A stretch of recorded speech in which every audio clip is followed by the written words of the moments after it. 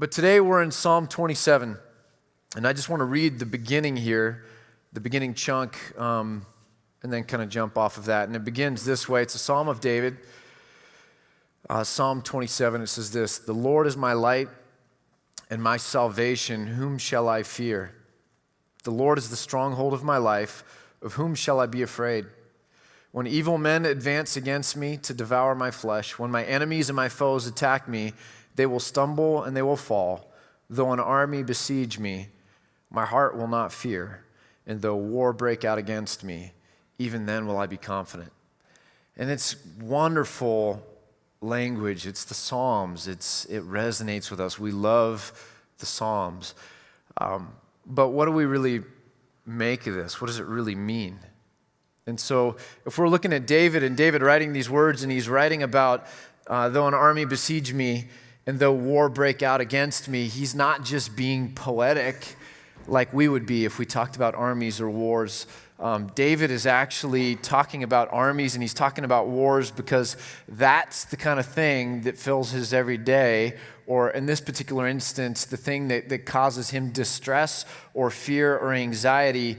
And it's hard for us to sometimes grapple with what that would look like. So typically what you do is in Bible interpretation, or the discipline called hermeneutics, again from the Greek god Hermes, which was the messenger god.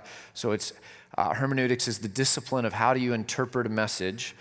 And typically what you do with an ancient text like this when you're trying to apply it is you apply what's called the hermeneutic bridge, meaning David is talking about war and armies.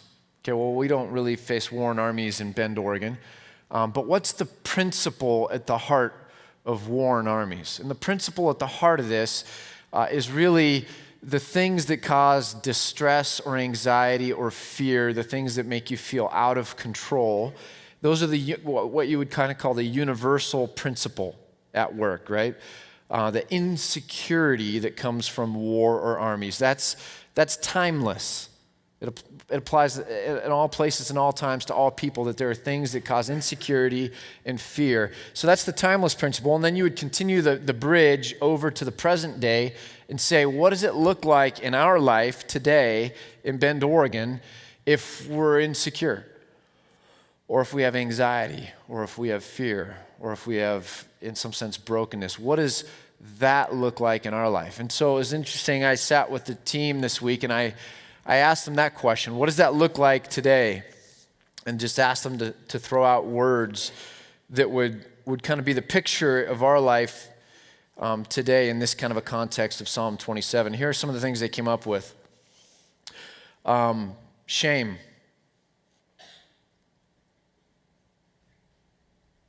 Fear. Broken, betrayed, or unresolved relationships. Betrayal is something we don't talk enough about. You even just lose a friend that you thought you'd invested a lot into, or something like that. There's always a latent choosing of another, or rejecting of the self, and it hurts, and that's a part of life. And we're all dealing with that to some degree. Secret sins or past sins, hidden things under the rugs, but things that we're so intimately aware of, and we've learned just to mask. Money, insecurity and anxiety that comes from money.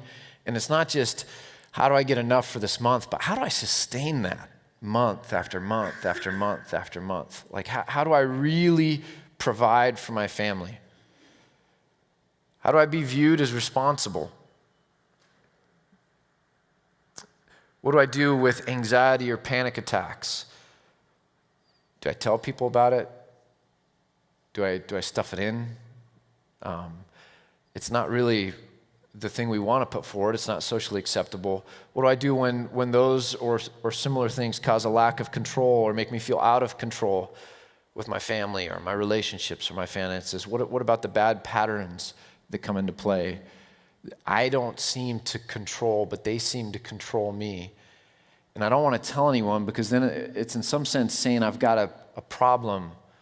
I'm neurotic or broken because I can't control my own life. I can't take control of things. So I try and hide that as well. What about failure? Failure of a business, failure of dreams or goals, or failure to be for your family what you thought you should be or they thought you should be? What about the fear of being seen as a failure? I go through this every week. I'll think of like an example that I want to share or something that would illustrate something out of my own life. And then I'll kind of filter that out and go, well, it would prove the point. But maybe I should find a different illustration. What about depression that lasts long? What if it lasts a decade? What if it's really dark? What if we've given up on the American dream and we realize that that was some kind of a fantasy that we grew up with? What if we think there's an inability for things to get better? What if things are only going to get worse and we kind of know it? How do we reconcile that? The fear of that closing around you like an army, like a war, something that suffocates. What about fear of suffering? The older you get, the more real it becomes. And you also begin to feel like you have more to lose. You're tapped into the relationships, to the family, to the depth, to legacy. And then comes helplessness and vulnerability. And then all throughout this, whether we talk about being single or whether we're talking about in a relationship, whether we're young or whether we're old, there's the isolation and the existential loneliness that I think we all feel. That we're always crying out for affirmation that never quite fully gets satisfied by the relationships in our life. That sometimes it gets scratched. Sometimes it's there, but never at the level we want it to. And we know that we can't ask for it because then it wouldn't really be authentic. It wouldn't really fill our bellies, but we're always somehow, to a degree, lonely and isolated. And we need help. Our culture tells us that we shouldn't need it. And the church often disappoints us by not providing it sufficiently or possibly even contributing to the problems that we face. I don't know about you, but I at least get the kind of score that I got my first couple years in college, like a 60% on that little test.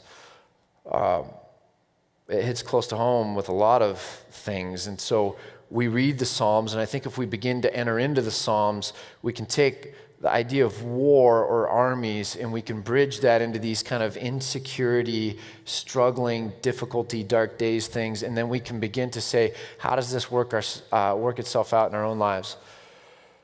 But here's the deal. That's the typical exercise of biblical exegesis. That's the typical exercise of scriptural application. But I'm kind of struggling with a different aspect of this today.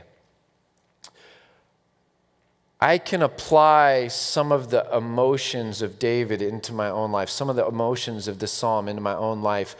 But in doing so, I'm not really changing the fact that who I am and where I stand in the worldview that I have is what it is. In other words, I am a white, 41-year-old American male living in a town that was ranked as the 7th manliest city, the next big thing in entrepreneurship, Dogtown, USA, because we all have way too many dogs, and always ranks in the top 3 to 5 as most outdoor sports places, best outdoor sports places to live, or best places to retire, or whatever it might be. I live in a completely and radically different world than what David lived in, and I've grown up in a completely radically different world with movies and media and social media and all this than David did. When I was a kid, we used to go to Burger King on Wednesdays. Wednesdays was Burger King Day. And I used to get a Whopper Jr., and my mom liked onion rings. And I still remember this because it was big time. And I learned that I could ask them not to put a tomato on my Whopper Jr. And that has defined me ever since. I am uniquely situated in the world with deeper things than just how I understand things. I've been formed and shaped a certain way. And I think that it's a lot easier to provide answers than sometimes it is to surface the problem. Jesus faced this. He had Pharisees who were shaped a certain way, and they were having a whole conversation and trying to have a conversation with him that missed the point. Do you know what I mean by that? They wanted to nitpick on the law, or they wanted to critique him, or they wanted to figure out how we could puff ourselves up to be pleasing to God in ways that wouldn't require the Messiah or sacrifice or atonement or forgiveness that way. And Jesus said they have ears, but they don't hear, that they're old wineskins, that they don't understand that the way they're shaped is not able to receive some of the deeper truths or some of the fresh truths of what's going on. And I think in the church, we typically do a really good job of providing great biblical insights without really questioning kind of the deeper foundations of how are we going to ultimately take and work those insights out, and are we ever really understanding the shape that we've got? Because if we talked about people in the Congo today, they would hear this psalm differently. And talking about armies or war would be more than just my existential loneliness or my depression or that a friend betrayed me. It would be something wholly other. Does that make sense? I'm the son of an immigrant. And people ask me all the time with justice stuff, where did that begin? And I'm like, you know what, I can tell you right where it began. And then it took a long hiatus. But it began when I was about 8. And my dad came home one day and said, we're going to sponsor a refugee family. Because we play out our own experience, don't we? And so my dad had come over, family of 5 as an immigrant. And because of that, when there was a need or an opportunity, he then did the same. He brought a family of 5 into our home that lived with us for about a year. And then I watched my dad walk them through language and naturalization and everything else. And the first day they were there, it took all day with kind of a lexicon for, it was a married couple with a kid and then kind of their 2 cousins. So it was a family of 5, but blended. But it took the dad most of the day to write out a whole letter to talk about people eating people and boys with guns. And to hear stories later of the teenage girl or about to be teenage girl and how she would, as they were fleeing from Cambodia, they were Cambodian who had lived through the Pol Pot genocide, the Khmer Rouge, and right at the tail end of that genocide had fled into neighboring Thailand, and then from a Thai refugee camp were brought over and resettled by the State Department, and we were kind of the sponsor couple. But the older girl that was one of the cousins or whatever talked about holding the baby in a tree with boys with guns underneath and trying to keep the baby from crying, because if the baby had cried, that maybe they would have died. And they were one of the few families that were able to make it to Thailand without being harmed too much, because they were on the very, very tail end, right before Vietnam came into Cambodia and put an end to the Khmer Rouge. And because they were on the tail end, most of the landmines had been blown up by earlier people fleeing to Thailand. So one of the ways they made it was because a lot of the landmines had been detonated. So this passage would mean something different to them than it did me. But it goes deeper than just war or armies. I watched as the boy who was about my age and went into my grade in school, and I was this kind of proud brother figure. I was going to defend, and I was going to go with him and show the way, pave the way, but it was really strange. It was all new to him. He'd seen people in work camps, basically in the rice fields, just under a socialist regime, just rice every day. And people being tortured or killed if they stepped out of line. And this was his experience as an adolescent. And so he comes in, and all of a sudden he's going to go to school with me all day. He was a couple of years older than me. I was 8, 9 when he was going to school, would have been 9, and then 10 when we moved away. But now he's going to school every day with a jean jacket and a backpack, in classes where we go out on recess and run around. And then on Fridays, we'd go to Thrifty where they had ice cream. And just think of America through his eyes. It's a radically different starting point than my starting point. And I think our starting point is part of the problem that we have to surface, that somehow we live in such a blessed country, such an amazing country, but it creates in us a starting point that sometimes we have to navigate through life. There's a book out right now by Malcolm Gladwell called David and Goliath, fittingly so. And it's a book about advantages and disadvantages. And one of the interesting things that comes up in the book is that he talks about the suicide rate in privileged countries compared to countries that are undergoing a lot of disadvantage. And it's a lot higher. And why would that be? The countries that rank as the happiest countries have the higher suicide rates. Why is that? Well, he goes on, like he does. Malcolm Gladwell's a fascinating writer and a journalist and does a lot of deep research. But what he shows is why in Norway or Sweden you'd have a higher suicide rate than you would in North Korea, where you would think people would have a whole different framework on life and depression, is because of a syndrome where when our expectations are really high and we fail to be able to live into those expectations, or put it another way, when culture is really happy and we find ourselves unhappy, it creates a real crisis. Whereas North Korea, when culture is really sad or depressed or difficult or challenging, and we find ourselves just in the middle of it being challenged or depressed, we kind of band together in those kinds of instances and fight for life together. And so that's why you get this interesting syndrome of a little fish in a big pond versus a big fish in a little pond, and how that would play itself out.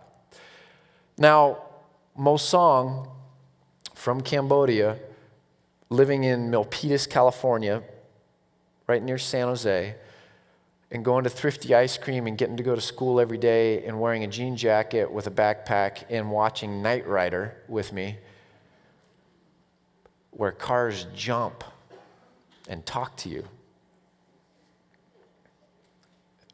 There's so many David Hasselhoff. I don't even know which one to pick. David Hasselhoff comments, but there's something really different about that experience than me growing up not really doing my chores, eating a lot of ice cream, watching a lot of TV, having the way paved for me, and beginning to develop the illusions that pleasure is a right, comfort is a right, that I'm American, that I'm in the land of the free and the home of the brave, and so it's always going to be easy, and it's always going to work out to my advantage. That's what I mean by shaping, by worldview. And so what what I'm trying to say is I think today I'm struggling with the part that we don't usually bring into the equation. We can sprinkle spiritual truths on top, but what about who I am? And the illusion that I live with. And here's the illusion. The illusion I live with is that my best day should be my everyday. You might not believe this, but my last day at Clemson, I went golfing with some friends. By the way, Clemson, South Carolina is beautiful, has some of the most amazing sunsets you'll ever see. And I went golfing with some of my friends. On the back nine, I was 1 over par. And that's like real, not my like trying to make you think that I can golf, because I've never come close to that since. But deep down inside, I think that that's the kind of golfer I am. I mean, I honestly do. It's the clubs that let me down, that I just haven't warmed up or played a couple rounds, but I could quickly and easily get back there is what I believe. And I think it was a miracle, once-in-a-life thing, probably in reality. But I carry with me this sense that that's just who I am. Does that make sense? Culturally, we do that too. We have a hard time letting the mess of reality be the everyday. And we set up a perceived tension that somehow the illusion, the best day, should be the everyday. Bend should be this idyllic town every day, not the town where people bring a gun to school. But that instance maybe is a symptom of a deeper reality that all of our lives are not the magazine picture. Or our happiness quotient on a regular basis doesn't necessarily match the commercials, right? I have a lot of friends that are hurting because of a court case verdict in Florida yesterday that was in a highly charged case where race was involved. And they really hurt today. And most of my white friends want to talk about the rule of law and get into the case. Well, why was the verdict what it was? Because of the rule of law. Well, look, the rule of law doesn't mean anything. Justice is what means something. Laws are to reflect as best as they can justice. And just because rule of law happened doesn't mean that families get full justice, or that communities that feel like, in this instance, young black kids can be killed just because. Or a couple months ago, the young girl who at midnight, her car broke down in a nice, affluent neighborhood and knocked on the door of a white man, and he opened the door and shot her with a shotgun because of a racial bias that he had.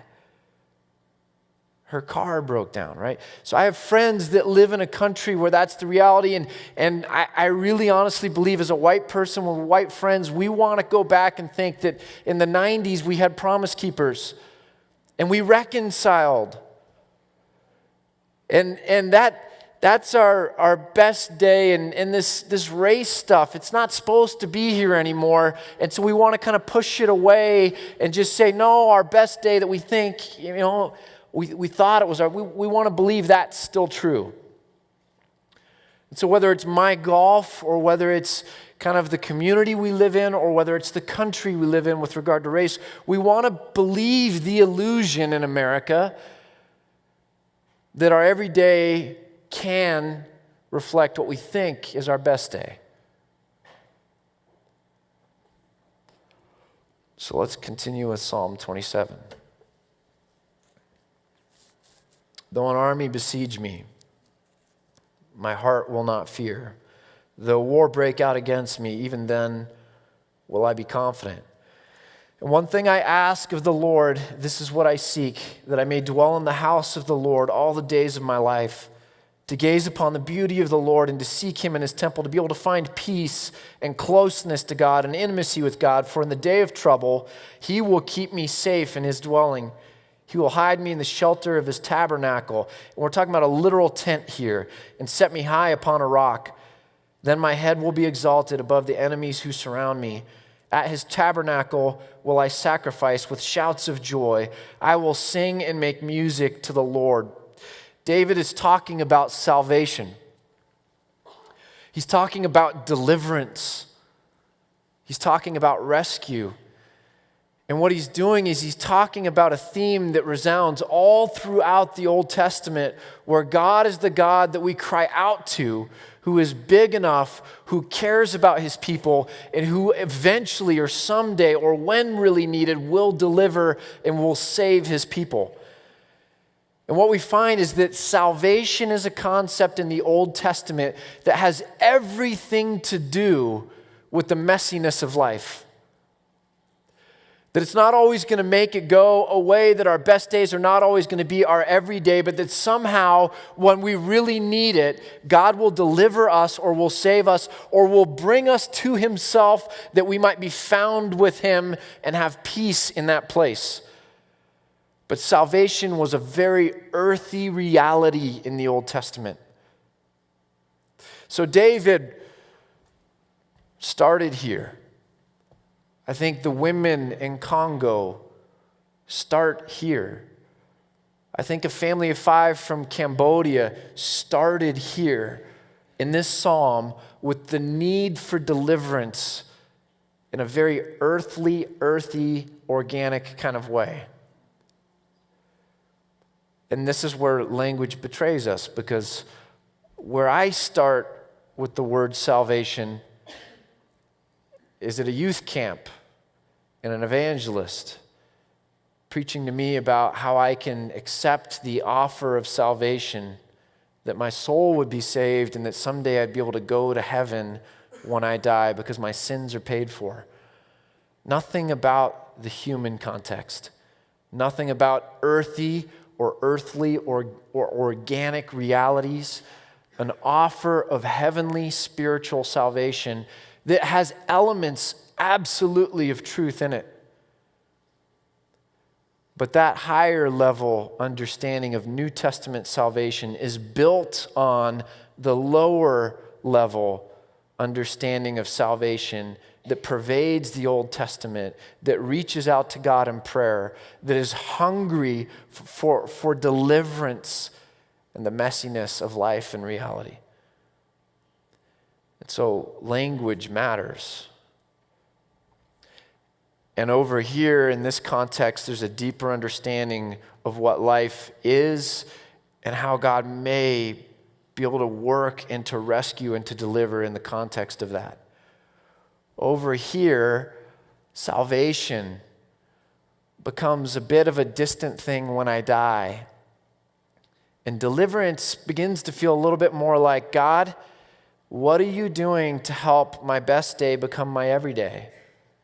You know, we've coined a phrase around this. It's actually a heresy I would offer up to you. It's called prosperity theology, or the prosperity gospel, that the good news is somehow that God doesn't want you to ever be sick or ever have poverty, and that if you just had enough faith, you would get your best life now. No pun intended. And so I live here. I don't know about you, but I live here reaching out to God, trying to ask God or to seek God or to understand how God is really working today, now, and tomorrow to really make my best day my everyday. I want my marriage to be better than yours. I want my kids to be better than yours. I want my bank account to be secure and to allow me all the options I want. I want this church to be better than other churches. I want to sit as a king on my throne and to look at my empire and feel like I have arrived. That's in my heart. I was raised in a country that made me aspire for greatness that everything would be the way I want it to be. And so I can easily take the slider button and take every category of my life and move it to the highest and say, now that, if God was really big enough or strong enough or loved me enough, that would be what he would give me. Right? And when he doesn't, I become a little fish in a big pond again, and I don't understand how to grapple with my identity. That church is hard, and that if we do it right, it probably doesn't grow very fast. That my kids,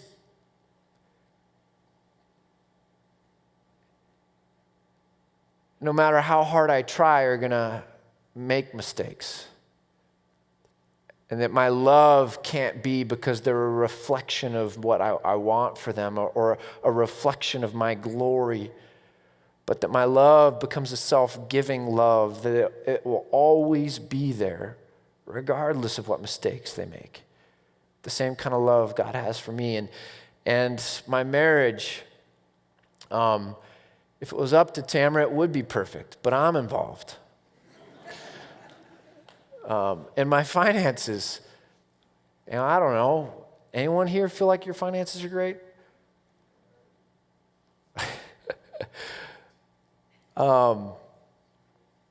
If so, don't tell anyone, because they'll be looking for some help from you. I have an illusion in me, and it's the problem. I think a lot of us in this room, in the culture that we've been in, shaped by this consumer culture that we've been in, have an illusion in us, and it's a tension, and it's a problem, and here's where it comes down to. I don't want to give that illusion up. I don't think you do either. We can admit it, and we can nod our heads, and we can understand it, we can see it. But I've been trained that my happiness is somehow connected to that illusion. And that if I let go of that illusion, all of a sudden I have to embrace a gospel that says I might suffer. And a gospel that says I might have seen my best days. That I might have a lot of trials ahead of me, or that money might always be a problem, but that somehow in the middle of that, I can still find God and know peace and have intimacy. And I look at that and I'm like, I don't want that. I want the God part, but I want the prosperity part too. So I don't want to let go of this illusion, because if I let go of it for 1 second, truth might get in and reshape me, and that might have to remake my life. I fight that. I don't know about you, but I don't know that too many of us are sitting here going, here, God, let me offer up my illusions of happiness and pleasure and goodness from my life, my family, and my sphere of influence. I don't know too many of us that are looking to put that on the altar. And I look at friends that grew up in other countries, and their starting point is so different. They're able to come to God in such a different place, and there's a deficiency that we have because of our starting place. We have to talk about it more because, look, I love answers. We do an answer service after every service. I love being able to tell people as I travel around the country, it's like, our church is an open book. They're like, sure, no church is an open book. I'm like, no, really. We got like 1,300 videos answering any question anyone wants to ask, proving that we're an open book. Doesn't mean the answers are right. It means we're not hiding anything, except for the stuff down here that we bring to the conversation. That's what I'm talking about, the problem that needs to be surfaced, the worldview, the stress, the tension, the illusion. David's interesting here because this is his psalm. Now let's pick it up again in verse 7. We've talked about the armies. We've talked about David dwelling in the house of the Lord. Now in verse 7, hear my voice when I call, O Lord. Be merciful to me and answer me. My heart says of you, seek his face. It's what David's heart says to his mind. His heart says, seek God's face. Seek his face. I mean, these Psalms are human. In your face, O Lord, I will seek. Do not hide your face from me. Do not turn your servant away in anger. You have been my helper. Do not reject me or forsake me, O God, my Savior. You're the only thing I'm holding on to. If I lost you, I would lose everything. You're the only thing I want. Though my father and my mother forsake me, though my clan or my people reject me, though the people that are supposed to affirm me or love me fail to do so, I've got you. The Lord will receive me. Teach me your way, O Lord. Lead me in a straight path because of my oppressors. Do not turn me over to the desire of my foes, for false witnesses rise up against me, breathing out their violence. David wrote this psalm, and it's very human, but here's the interesting thing about it. One, it's a prayer, and two, it's one of a set of prayers. Most of the Psalms were written by David. What does that tell us about David's life? It tells us that David's life was lived in the place where he was able to keep writing prayers like this. His whole existence was defined by a reality that was incredibly difficult and messy, and that he kept taking that to the Lord, that he continued to need salvation and deliverance, that he had to continually be reminded of the goodness of God, and that was his real one true hope, that this defined his life. It was his identity. So we go to the Psalms as Christians in America, and we read a psalm, and it's a prayer for the day. But I don't know that we really grapple with the theological importance of the Psalms, that these Psalms, if we really understand life correctly, are going to define our days, not just our one bad day. That maybe all of our days don't reflect our best day, but all of our days reflect David's every day. Do you see the difference of taking a psalm in isolation as if none of these things are written in time or sequence versus understanding these as the pages that evolve or flow out of David's life that in many ways is the pattern for our life? Jesus sits on David's throne in the line of David. There's something incredibly human about all this.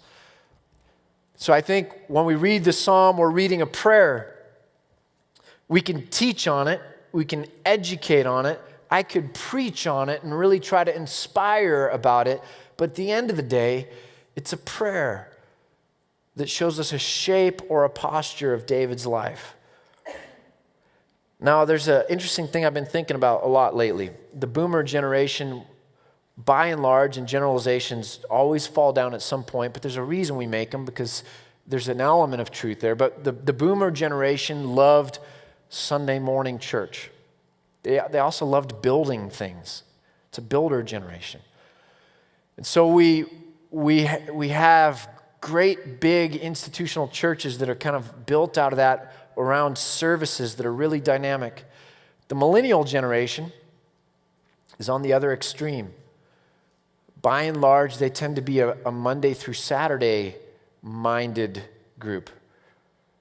That the show or the entertainment or the whatever might be the thing that happens in the institutional gathering is less what they're concerned about, and they're more concerned about the home or the dinner table or a drink with a group of people and what life looks like intersecting there, or what life looks like in the public school system or with the homeless in the community. And so you get these two extremes, and like with most things, I typically land in the middle of two extremes. So I've been reflecting a lot on what does it look like to have a Sunday morning that's the best that we can do, and a Monday through Saturday that's the best that this community can do as well. What does that look like? And one of the things that you see emerge right away is that Sunday morning, typically, you'll find two different words that are used for it. At least the talk time, the message time. It's preaching and teaching. Preaching tends to speak more to inspiration. Teaching seems to speak more to information or education, but both of these lack the deep shaping reality that comes about in discipleship. Discipleship is the word we use for when we have elders or teachers in our lives, not on stage, but in our lives, working on us, shaping us as iron sharpens iron. And so what happens Monday through Saturday is deep discipleship. It has to be in concert with the teaching or the preaching. They have to be the same message, but they both are necessary if we're really going to reach the deeper issues, because what's lower holds up what's higher.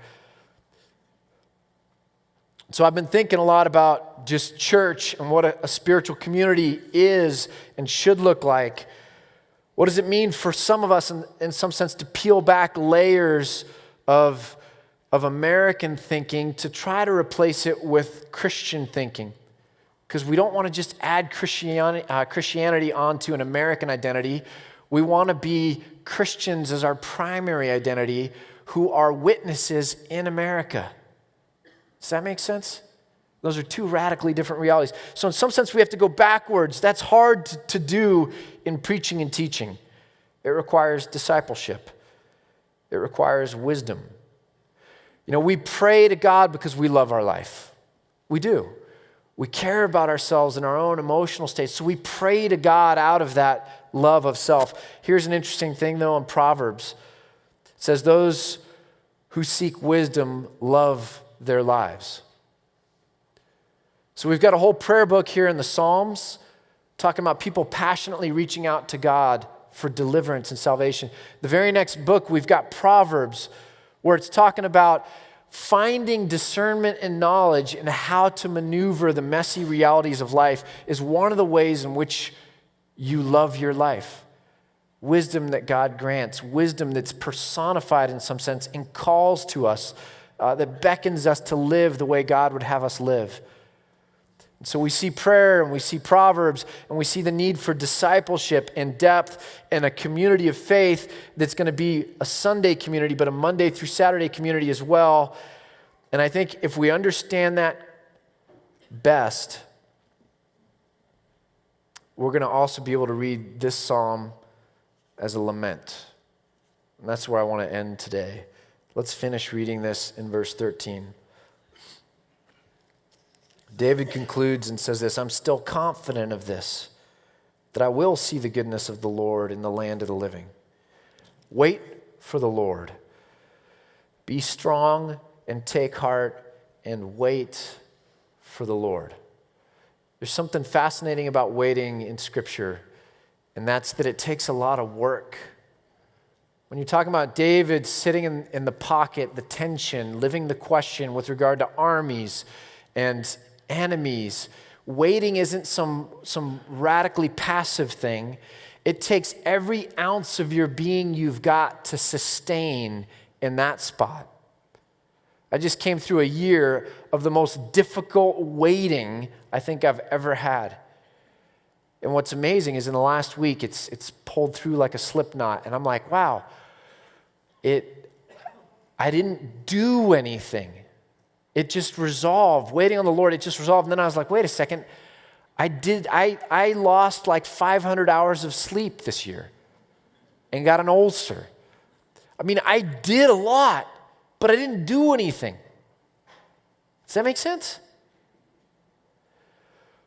Well, if David can't fix his own problems and he has to take them to the Lord, and if we're saying that there are people in our own community or African American communities who are lamenting legal decisions. By the way, legal decisions always define and shape reality. Happens with Dred Scott. It happens in the civil rights movement. You see that it happened with a presidential election and hanging chads. Legal decisions define and then speak to reality. And that's why you can get a whole African American community saying this case in Florida says something. If I'm a parent of a young African American boy, it says something about my fear for my child in this society. It says something about whether I feel welcome in this society. Do you understand what I'm saying? Like legal decisions say something. And those people, my friends or your friends, they look at this and they're like, we can't change a system of racism in America, or that people have hidden biases of how they view people. I was on a plane a month ago and sat next to an African American, and we're sitting there for 10 minutes talking. One of the most gregarious guys ever, in his mid-30s. We're sitting here talking, and then right before the door closes, a woman walks on, comes down, and sure enough, she's got the window seat. And I watched her body language curl up, sit in her seat with her purse, and never once looked to the side while this gregarious guy tried to engage her for about 10 minutes and then gave up. And I realized, as sad as that was, that that's probably not the first time that he's experienced that. We have a society that has these embedded, hidden things that other people can see more than we do, and they can't work on it. So they take it to God and they pray that things might change, or that their children would be protected, and that psalm means something as they wait on the Lord. And if they can't work to fix that situation, how am I going to work? Certainly I can change my own issues and ways of seeing reality, but I can't come in with my answers. And I can't come in heroically like I'm just going to make it all better. And so here's the thing. We have to learn how to lament the brokenness of life. We have to learn how to look at marriages and lament the brokenness of marriages. We have to learn how to grieve with parents who have children that have lost their way, because there's pain in that, and those kids matter. And we have to learn to grieve with women who are mistreated, or minorities who get ground up in a system that wasn't shaped in some sense equitably. We have to learn how to sit there and to grieve those things, the messiness of life. Because if we live with this prosperity gospel, we're just going to come in and go, well, you don't understand. Your best day should be your everyday. And you must be doing something wrong or misunderstanding life. Or, hey, that thing in Florida was just an anomaly. But the gospel is all about you being able to transcend that and have your best day now. And in doing so, we will be doing such an injustice to the dignity of that human being and the messiness of their circumstance.